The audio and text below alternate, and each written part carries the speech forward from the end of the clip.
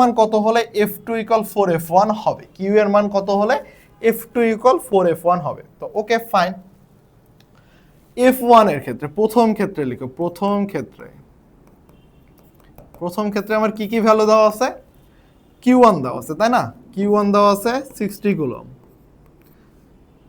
Q2 দেওয়া আছে 30 coulomb, D দেওয়া আছে 1 মিটার। তাহলে F1, এটা হলো F1, F1 ইকুয়াল আমার কি হবে, F1 ইকুয়াল বলবা ভাইয়া C into Q1 Q2 divided by D square, C এর ভ্যালু কত, C ইকুয়াল হলো 9 into 10 to the power 9 newton metre square per coulomb square, newton metre square per coulomb square, এটা হলো একক।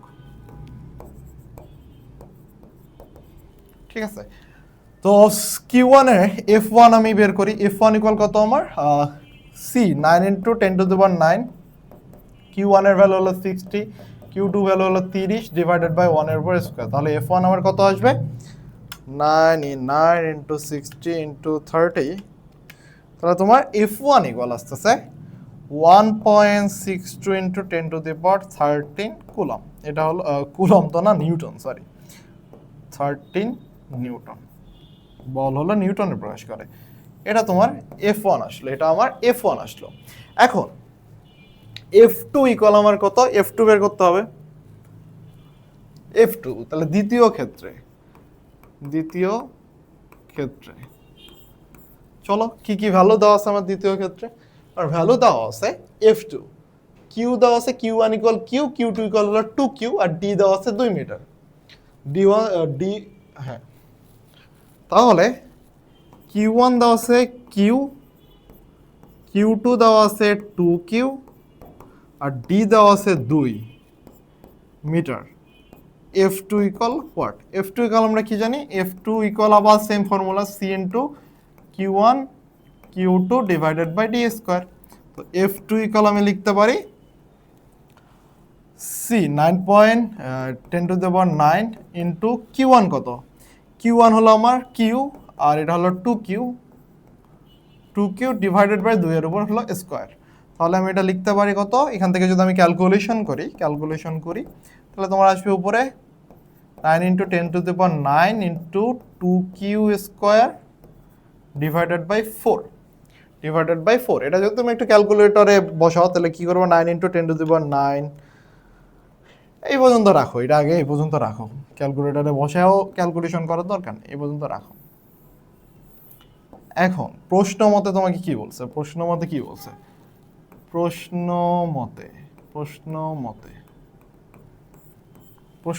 বলছে ভাইয়া, প্রশ্ন মতে বলছে যে Q এর মান কত হলে F2 ইকুয়াল 4F1 হবে, F2 ইকুয়াল 4F1 হবে।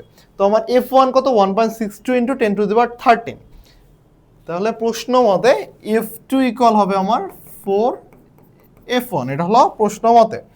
এখন F2 আমি কত বললাম, এটা তাই না, F2 বললাম এটা, তাহলে F2 ইকুয়াল হলো 9 into 10 to the power 9 into হলো 2Q স্কোয়ার ডিভাইডেড বাই 4, আমার তো Q এর ভ্যালুই লাগবে তাই না, আর এদিক হলো F1 আমার কত, F1 হলো 1.62 into 10 to the power 13, 1.62 into 10 to the power 13, তাহলে 4 into 1.62 into 10 to the power 13, তাহলে এখান থেকে তুমি ক্যালকুলেশন করো, তাহলে 2Q স্কোয়ার আসবে 4 গুণন 4, এই 4টা এদিক যাবে, গুণ হয়ে যাবে, গুণন 1.62 into 10 to the power 13 divided by 9.9, এটা আসবে এখানে ভাগ হয়ে যাবে। তাহলে দেখো এটা যদি আমরা ক্যালকুলেশন করি, 4 গুণন 4 গুণন 1.62 ডিভাইডেড বাই 9 এর 9, তাহলে 2Q স্কোয়ার ইকুয়াল আসবে তোমার 8800। ওকে, তাহলে Q স্কোয়ার ইকুয়াল আসবে তোমার 28800 ডিভাইডেড বাই 2, Q ইকুয়াল আসবে, এটা রুট করে দেবা 120, Q ইকুয়াল আসবে 120 কুলম, 120 কুলম। সো Q এর ভ্যালু আসলো তোমার 120 কুলম, Q এর ভ্যালু আসলো 120 কুলম, এটা আসলে প্লাস মাইনাস দুই ধরনেরই হতে পারে, পজিটিভ অথবা নেগেটিভ চার্জ। হলে দুটাই পজিটিভ হবে, তাহলে দুটাই নেগেটিভ হবে। কিউ এর ভ্যালু হয় প্লাস 120 কুলম হবে, নাহলে মাইনাস 120 কুলম। হোপফুলি তোমরা ম্যাথটা বুঝতে পারছো।